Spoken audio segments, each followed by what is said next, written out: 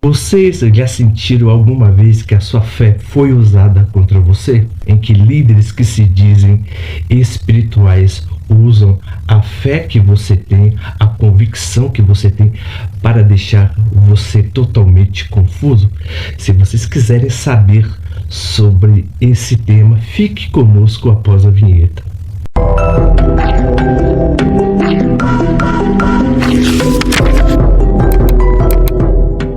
Há uma frase de uma psicanalista chamada Sandra Lessa que diz o seguinte: olha que interessante.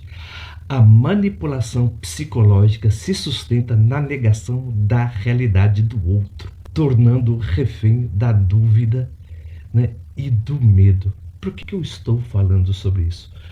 Porque hoje em dia a nossa cultura tem uma ojeriza muito grande acerca do sofrimento, falando que cristão não sofre, que cristão não tem problema existencial, que cristão não tem depressão. O interessante é que quando falamos sobre a natureza do sofrimento, o sofrimento ele vem mediante três fenômenos, três manifestações. Uma seria o sofrimento como uma condição fisiológica da vida, a outra que vem dos desastres, né, das coisas que acontecem na natureza, e a outra também que vem da fragilidade do nosso próprio corpo. Ou seja, o sofrimento, na maioria das vezes, ele não é sinal de dúvida, ele sim é inerente à existência humana. Ela não é culpa. O sofrimento faz você viver a vida em toda a sua complexidade. Você nunca vai saber o que é alegria se experimentar tristeza. Você nunca vai saber o que é leveza se você não experienciar peso. Você nunca vai saber o que é alegria, felicidade, se você não experienciar, né, tristeza e luto. Porque a vida ela é sempre feita, né, em alguns extremos, mas só que esses extremos eles partem como impermanências, são algo que não são para a vida inteira. O que fica para a vida inteira são os estigmas que ficam no nosso corpo. Então, como o próprio filósofo Friedrich Nietzsche, ele costuma dizer, ele fala bem assim, que o sofrimento é propício ao próprio corpo que experiencia a vida e o mundo. Porque sem as sensações que temos, não conseguiríamos, né, saborear a vida. Então é por isso que eu quero falar com vocês sobre o que é o gaslight espiritual. Porque os líderes religiosos, na maioria das vezes, quando vem você sentindo culpa, angústia, tristeza até, eles falam que isso acontece, na verdade, porque você não tem fé em Deus. Então, não tem fé na pessoa de Cristo. Mas se você vê, por exemplo, né, no livro, né, de 2 Coríntios, quando o apóstolo Paulo fala também, e também no livro de Atos capítulo 21, ele fala das intempéries que ele enfrentou por amor a Cristo. Então, quando ele fala também no livro de Filipenses 4:13, todas as coisas posso naquele que me fortalece, ou seja, ele aprendeu a se fortalecer mediante as adversidades da vida. Se você ler no versículo 12 e 11, ele fala: aprendi, né, a viver na fartura, aprendi a viver na falta, aprendi a viver na alegria, aprendi a viver o melhor e também aprendi a viver o pior. Por isso, todas as coisas posso naquele que me fortalece. Porque, de acordo com o Evangelho, né, vamos dizer assim, é Cristo que fortalece as pessoas. É a fé que fortalece mediante, tá bom, as consequências, as intempéries da vida. Não que te isenta de passar por problemas. Então, esses líderes espirituais trabalham nisso para fazer você ficar totalmente confuso. Então, quais são as técnicas usadas por esses líderes que são abusivos?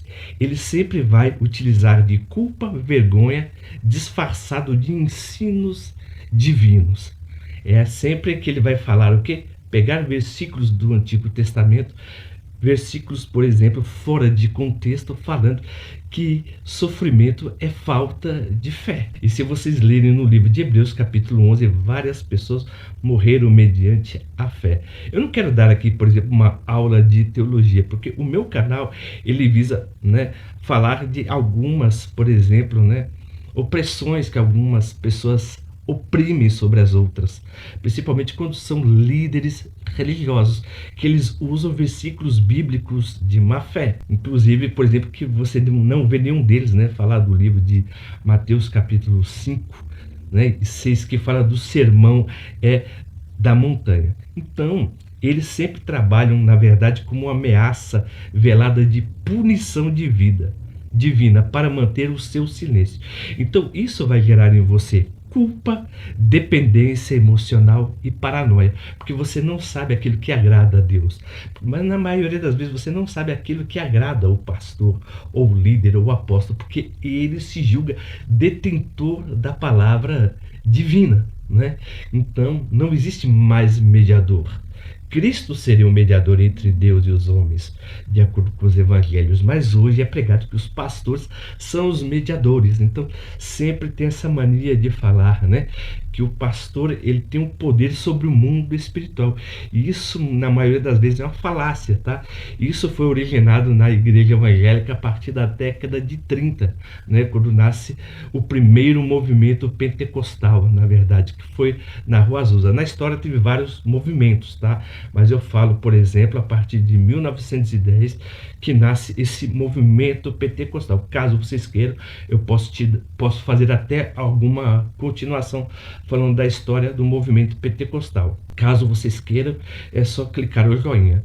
Eu quero dizer para vocês, se o nosso conteúdo de hoje é pertinente para vocês e tem sentido, por gentileza, se inscrevam no nosso canal, aperte o botão das notificações e dê um joinha. Publicamos nossos vídeos todas segundas, quartas e sextas, às 20 horas. E como eu não quero delongar muito, eu quero falar, por exemplo, quais são os sintomas das pessoas que sofrem por esse silêncio, né, que os líderes religiosos dão aos seus membros e até próprio dentro, na verdade, né, dentro do seio, né, onde os líderes, né, religiosos prestam um certo tipo de culto ao líder maior, porque ele não pode ser contestado.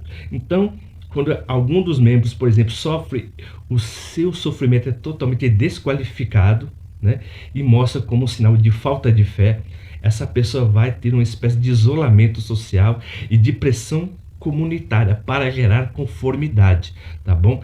Então, a pessoa sempre ela não vai falar aquilo que ela pensa, mas sim ela vai falar aquilo o que a comunidade pensa, o que o líder religioso pensa. Então, a pessoa é totalmente desprovida, na verdade, né, do seu senso crítico. Há uma obra de Salomon Asch, um sociólogo, que ele fala praticamente isso, porque a pessoa, na verdade, ela é condicionada a falar aquilo que os outros querem falar para que ela não possa sofrer essa pressão social. Mas quais são as pressões emocionais que as pessoas têm com essas pressões, na verdade, ideológicas e dogmáticas, que faz a pessoa se preocupar muito mais, por exemplo, na letra, né, do evangelho do que no espírito do evangelho. Isso, tá? Eu sou ateu, não sou religioso. Eu já fui, viu? Eu fui durante mais de 30 anos, mais de 20 anos da Assembleia de Deus. Mas a minha função aqui é apenas tirar para vocês algumas dúvidas, tá bom? Os impactos psicológicos que utilizam nas pessoas, confusão e dúvida, a pessoa vai ter uma baixa estima muito grande, ansiedade e medo de se manifestar, ou seja, mediante a ansiedade e o medo, a pessoa vai ter muita, o que mesmo? Paranoia, né? A pessoa vai ter desespero, síndrome do pânico. Muitas pessoas entram por causa disso. A pessoa vai sentir também um sentimento de culpa profunda e autoaceitação, por exemplo, porque ela não consegue mais, né, se firmar no meio daquele cimento religioso, porque na verdade ela vai sentir totalmente perdido, só que ela vai sentir culpa por ela sentir isso, mas é da própria vida você sentir dúvida, você sentir sofrimento, você sentir triste, porque a vida ela é cheia de oscilações. Não é sempre que você está bem, mas também você está praticamente muitas vezes, né, com tristeza, né, e você também está totalmente abatido. E um rompimento de confiança na própria percepção da realidade. Então esses líderes religiosos, eles pregam para você algo que foge totalmente da realidade.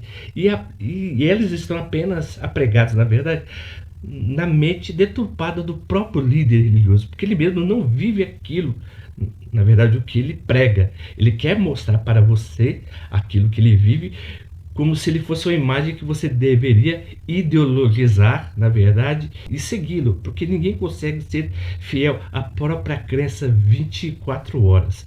Porque, ora, se alguém fosse assim, essa pessoa já teria sido até arrebatada, na verdade, né? Como o Enoque, por exemplo, no Antigo Testamento, que andou com Deus e foi arrebatado. E como você se proteger desses tipos de líderes, tá bom? Você valorizar os seus sentimentos e percepções, buscar fontes externas, buscar líderes éticos, líderes religiosos que são totalmente éticos, psicólogos e psicoterapeutas, e fortalecer a sua autoestima e andar com pessoas que valorizem, tá bom? O seu sofrimento, a sua dor, porque é isso o que mostra o que você, porque você está vivo. Isso mostra vida, por mais doloroso que seja. Então os pastores, eles querem te embotar a sua mente com essa mensagem que crente não sofre, para que você sempre procure ou busque uma aprovação divina, do qual que, para que Deus nunca se sinta satisfeito mediante, né, o seu sacrifício. Então, mas isso serve mais, na verdade, para a mente do líder, que é totalmente manipulador. Por exemplo, até conforme, né, Paulo diz em Colossenses 1:20, que Cristo, pelo sangue da sua cruz, reconciliou tantas coisas que estão no céu como na terra. Né? E se vocês gostaram do tema de hoje, ficaram conosco até o final do vídeo, por gentileza, se inscreva no nosso canal, aperta o botão das notificações e dê o joinha. Nós publicamos nossos vídeos todas segundas, quartas e sextas. E como sempre, eu agradeço mais uma vez o carinho e a atenção de todos, e até a próxima.